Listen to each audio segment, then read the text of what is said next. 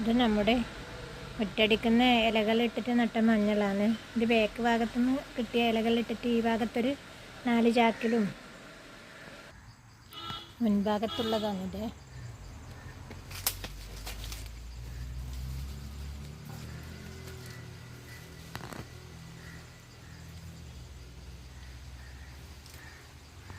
ഇത് മണ്ണിൽ നട്ടത്.